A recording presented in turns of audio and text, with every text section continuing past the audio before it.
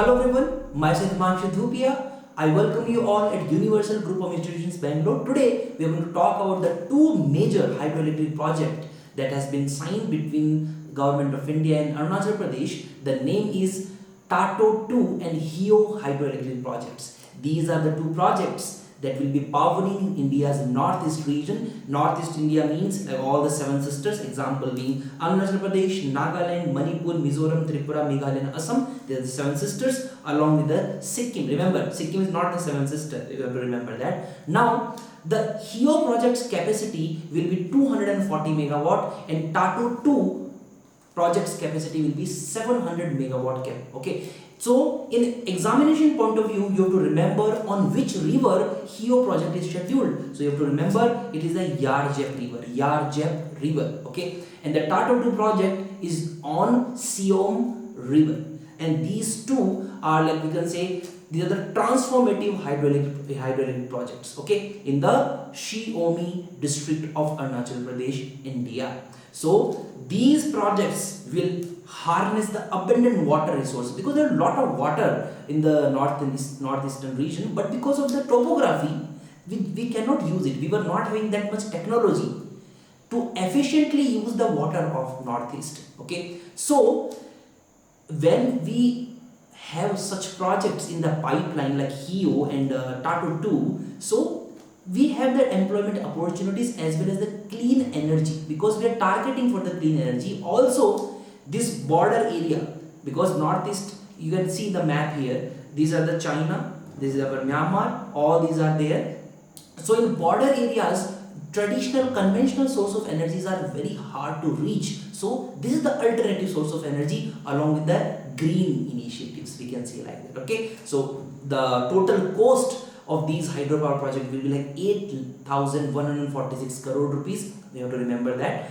Okay, and these are the power capacities, and on which river, that also you have to remember. So if I talk about the India's renewable energy agenda, so this particular post is done by Ministry of New and Renewable Energy, generally we call it MNRE. Okay, and this particular report is on 22nd January 2025. It's a recent one, and in that we have, the government has given the achievements and the roadmap for the 2025. It's available on the government's website, but I have highlighted some important points for you. Example being, these are the important, we can say, examination point of view pointers, one-liners. You have to remember that 500 gigawatt of non-fossil fuel based energy we are targeting by 2030. Okay. Also, till 20 January 2025, India's total non-fossil fuel based energy capacity has reached 217.62 gigawatt. Our target is 500 gigawatt by 2030. Right now 2025 is going on and we have reached almost like half, almost the half of the target we are having. Okay, and in 2024 there was a record breaking 24.5 gigawatt of solar capacity and 3.4 gigawatt of wind capacity was added in our we can say renewable energy pot. Okay, so solar energy, which renewable source of energy is the most dominant, or we can say most contributor in India's renewable energy growth? Answer will be solar energy. You have to remember that because there are five most renewable source of energy. First is solar, second is wind, third is geothermal, fourth is biomass, and fifth is hydropower electricity. The most contribution is of solar energy. What is the contribution? 47% of the India's renewable source of energy is coming from solar only. Okay, and who is the leading producers in the solar energy? Answer is Rajasthan is the leading producer, then comes Gujarat, and then comes Tamil Nadu. And there are some schemes launched by government in 2024, example being Pradhan Mantri Surya Ghar Muft Bijli Yojana. This particular yojana was launched in 2024. These are the UPSC important questions along with the state pieces.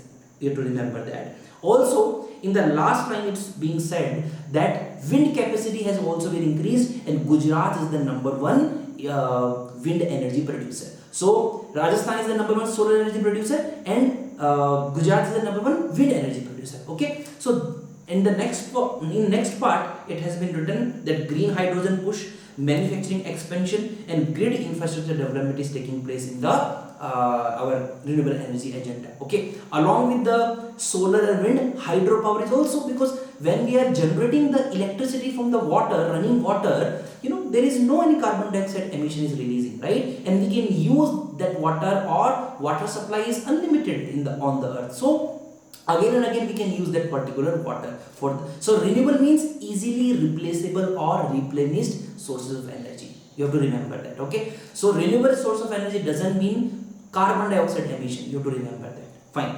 Now let's talk about the Heo hydroelectric project.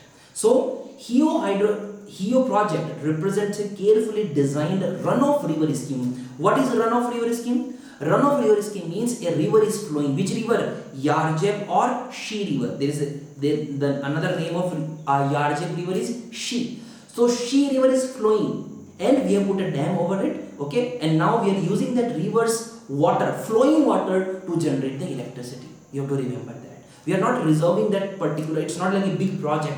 That's why Heo hydroelectric project is having less, generation power capacity than the another one. Okay, Tato-II. Now, so you have to remember which river and which district? Shiomi district. What is the generation capacity? We already talked about it. 200 megawatt is the total capacity, with 3 units of 80 megawatt each. 8 into 8 into 8, 24. Okay, and this is the approximate value we have for the generation of capacity. We don't need to remember all this, but we should know what exactly are the numbers for our educational purpose also. See the benefit: 12% free power allocation to Arunachal Pradesh plus 1% local area development. 1% will be going to the local area fund development fund. These are the benefits Heo hydroelectric project is going to give to Arunachal Pradesh. The second one is, and this is the mapping. You can go through the maps. You know what? These are the river basins of Yarjep river. You have to remember that. Second is Tato-II hydroelectric project. Okay. Now this particular project is not the river runoff. Okay, it's like a proper. We have a proper dam there, and which river is we are stopping or we are building the dam on hydroelectric project? Answer is Shiom river basin. The capacity of Tato-II is more than the Heo hydro. There are 4 units of 175 megawatt each. 175, 175, 175, 175. There are 4 units. Okay. Now this is the approximate energy generation it will do, and these are the investment not issued. 72-month construction period is scheduled. Let's see how much time it will take, and it is very important for the strategy. Strategic means because Tato-II project is nearby China. You have to remember. Okay, it's very nearby China. So this particular hydroelectric project is very important for enhancement of our border structure and security presence, because we have to counter China's upstream dam construction activities. Recently, China announced the largest hydroelectric project on earth. On which river? Brahmaputra river. You have to remember that. Okay, so we have to do something about it. Now, what are the environmental and social impact assessment for these projects? Because these are in the Himalayas. Even Himalayas are the very sensitive ecosystem. So the first concern or assessment is that when we will be constructing this Heo and Tato-II hydroelectric project, there will be lot of forest and biodiversity loss, because significant forest land diversion will be required or land acquisition will be required, and if this will happen, so this will happen what is in front of you right now, that it will impact the local ecosystem, and it will impact the wildlife corridors in this biodiversity rich region, because everything will be submerged into water. So animals or the birds or whatever the reptiles, microorganisms has to leave from there or they will be dead. Second is problem is tribal community displacement. Okay, because northeastern India is mostly the tribal dominated areas. So whatever the indigenous tribe will be there, they will face the relocation challenges. Okay, and problem is that the government has to give them the comprehensive rehabilitation and resettlement package, and the history of rehabilitation and resettlement in India is not that much good. Okay, that we have to consider also. That's why everybody is afraid of leaving their hometowns for all this. Then that's why every time when such thing happens, such development projects are announced, immediately the protest starts. Okay, so that is a different thing. We will talk about all these things in some other lecture. So rehabilitation and resettlement of IDPs, it means what are the constitutional provision that is inside for this assessment and all. Answer is Article 164, 275, 16, 15, 243D, 233T, Article 330, Article 334, 338A and Article 339, you have to remember. Okay, and what are the legislative measures for all this assessment? National Rehabilitation Policy is being created. RFCTALARR Act 2013 is also there. PESA, PESA Act 1996 is also being we can say it's in the force. Okay, now the thing is that in Article 164, what is Article 164? Like what exactly the rehabilitation of in India, settlement rules are in India. Under Article 164, like we have to appoint a special minister for tribal welfare. Okay, tribal welfare in the states of MP, Bihar and Odisha. All these are comes under MP, Bihar and Odisha. Article 275 talks about what? It allows the special grant in aids in money to the states for tribal welfare. In Article 16, reservation in public employment in the ratio of their population. This promises about the employment in government public services. Article 15 talks about the reservation in public educational institute in their population ratio. This is the Article 15. Article 243 talks about the reservation of seats of ST and SCs. Okay, in what? In municipalities. That is the 243D. Article 233T, it provides the reservation of STs, the reservation of seats for STs, SCs in municipalities. And 243 was panchayats, you have to remember. 243D was the seats of STs in panchayats, and 233T is the seats of STs, SCs in municipalities. Okay, now Article 330 provides the reservation of seats for STs in Lok Sabha, LS, you have to remember that. Now Article 334 talks about the reservation of seats in STs, again scheduled tribes we are talking about. So Article 330 was the Lok Sabha, and Article 334 talks about the state legislatures. Okay, in Article 338A, it special officer post for the protection of interests of scheduled tribes. It is Article 338A. Okay, then comes the Article 339, the control of union, control of central government over the welfare of scheduled tribes, you have to remember. And then one is missing from here, that is Article 342. It talks about that Article 342 empowers the president to declare a community as a scheduled tribe. Okay, that is that power is invested in Article 342 for the president. Now, so please read National Rehabilitation Policy also 2007. Okay, and why it was to minimize the displacement basically, and the proper whatever the packages has been given, they should reach to the people. Okay, and what is RECLAR? The answer is right to fair compensation and transparency in land acquisition, Rehabilitation and Resettlement Act. It was in 2013 to make the process very transparent. Okay, what is PESA Act? PESA Act is simply Panchayat extension to Scheduled Areas Act 1996. Okay, so what is PESA Act 1996? It empowers the Gram Sabha under the PESA, okay, to consult before what? Before the land acquisition.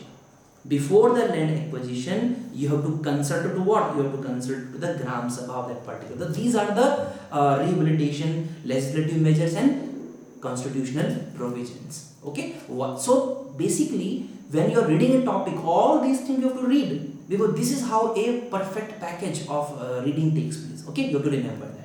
So we were talking about the assessment. So tribal community displacement, these are the constitutional provisions and legislative measures. Then comes the river basin exploitation, because if there will be multiple hydroelectric projects in the region, don't you think it will raise the concern? It will raise concern about the economic, environmental impact on the river system. Because just see, imagine, can you see the dam here? If this dam will stop the river flow, where is the river? There is no river anymore. And this type of encroachment will take place. Earlier it was a river, but now there is no river, so people are taking the silt out of it. Illegal mining is happening. River basin exploitation. Then comes the geological risk. When all these economic activities taking place, and if we are ignoring the sensitive nature of an ecosystem, the seismic activity will rise. Because suppose there is a reservoir behind the dam, and that water is putting so much pressure on the land, and that land is not habitual of taking that pressure, automatically the seismic activity will increase in that particular region. And if seismic activity will increase, such type of landslides also increase. And recently in Himachal Pradesh, have you seen the problem? Very worse situation is going on. Okay, so we need to assess the environmental and social impact of our development activity we are going there. So what is the solution? Sustainable development is the solution, right? So third is project execution risks. So the moment any project is getting delayed, what is happening? We know every project generally gets delayed, and if the project will get delayed, the cost will be more. Each day the cost increases. So when we are executing a project, and if it's not going on the time, what is happening? The project cost will overrun the original budget. And so these are the some, we can say, input, or we can say the causes which is responsible for the all these project cost overruns. Okay, we have to check that also. Third, so what is the mitigation? What is the solution? First is we have to make sure that environment's flow is maintained properly. Mandatory minimum water flow should be required to preserve the downstream. Downstream means this is the downstream, this is the upstream, this is upstream, this is downstream. We have to make sure that we have the constant flow of water in the downstream. Okay. Then second is ecological restoration. So we should have the afforestation program. There are two types of forestation. One is afforestation. If you are growing the trees on a new land, that is called afforestation. If you have cut a tree and now you are again regrowing the forest in that particular area, again, that is called reforestation. That is the difference between afforestation and deforestation. So we should do the comprehensive afforestation programs and fish hatchery development to compensate for habitat loss. Okay, that we have to remember. Third is waste management has to be scientific. We should have the scientific disposal plans to prevent the soil erosion and water contamination during construction, because during construction we will be using lot of cement, lot of chemicals, lot of iron, and many, in construction we use many things. Those items or stuffs or whatever the construction minerals and materials, they should not degrade the soil, that we have to remember. So waste management has to be proper. Okay, then is community rehabilitation, because always this is the problem, this is the most problematic thing, that they will be displaced but they won't be given the proper compensation. The reasons are unlimited, many reasons can be anything, corruption or the overlook of government, whatever we say, but community rehabilitation is the worst part during all these projects. And then comes the social infrastructure, because when we are moving them from the forest to somewhere else, healthcare, education, infrastructure upgrades has to be there. Okay, it has to be the part of the development benefits that has been given to them. So these are some comprehensive mitigation framework we can follow for the smooth process of such projects. Okay, so what will happen when these Heo and Tato projects are being formulated or comes into existence? Answer would be that we will be moving closer to our green energy goals, what we have put in the 2030. We are targeting for the 500 gigawatt of renewable source of energy power generation till 2030. So these such type of projects give the boost to such initiatives or such goals we are having. So climate goal achievement, see 2030, under Paris we did a commitment in Paris agreement. Okay, also it's not related to that. ISA, International Solar Alliance, was also launched during the Paris Agreement along with the France. You have to remember that. And India is having the headquarter here. Like India hosts the headquarter of ISA. It is in Gurugram, Haryana. You have to remember. Earlier, the countries that used to come into between the Tropic of Cancer and Capricorn was the part. But later in 2018, in a meeting, it was expanded to all the nations of United Nations, was the part of United Nations. You have to remember that. Also, second good thing about these particular projects of Tato-II and Heo is that it will do the regional economic development, and the very important, it will strengthen our border security with China. Right? Okay, fine. What are the implementation challenges? Everything is good. First problem is again land acquisition resistance, because local communities and groups, they express concern about the displacement, and more importantly ecological also, because they were the communities used to live with the forest. It was a symbiotic relationship between them and forest. Now that forest is gone, so obviously resistance will happen. We have to make them confident, if we will do that, don't worry, we will compensate properly for it. Second is ecological vulnerability, because Himalayan ecosystem is very fragile. That's why under National Action Plan for Climate Change, we have one mission exclusively for the Himalayas to protect the ecology of ecosystem of Himalayas. Okay. Third is coordination complexities, because many government levels are there. Gram panchayat, municipalities, district governments, then state government, then central government, then multi-level governance involved. What will happen? Obviously, a clear communication won't be there. Okay, so the demands are that proper seamless coordination should be there between state government and central government, union government. And the last is who will monitor whether the project is complying to what it was, what it is for. So we have to make sure that adherence to environmental safeguards should be there. Social commitments throughout the project life cycle should not be taken as granted. It should be monitored properly. These are the implementation challenges. Who will do that? Who will make it responsible? That is the issue. Okay. So what are the solutions? Solution is that development has to be along with the sustainability. That is called sustainable development. Example being green energy, economic growth, strategic security, and environmental impact. All these things has to be done along with the economic development. Okay, so economic development should also happen along with the energy. Whatever the energy demand is going on in India, that should also be fulfilled, because India is a growing population and we are developing very fast. We are growing very fast. We need energy for that. From where the energy will come? Okay, so green energy, our economic growth, strategic security, all these, whatever the initiatives we are taking, these are the things that is impacted. Okay, so I hope you liked the lecture. You knew about. I hope I get to know you about the Heo project and Tato-II projects along with the hydroelectric concerns, initiatives. What are the schemes that has been run by the government? Okay, so if you like this lecture, please make sure you subscribe the channel and give a thumbs up if you like the video. Make sure you share also this particular video, and if you want any other videos regarding all these current affairs or any geography, environment, you please make sure you comment in the give us a feedback, comment in the comment box. We will try to make it. Okay, see you in the next one. Thank you so much.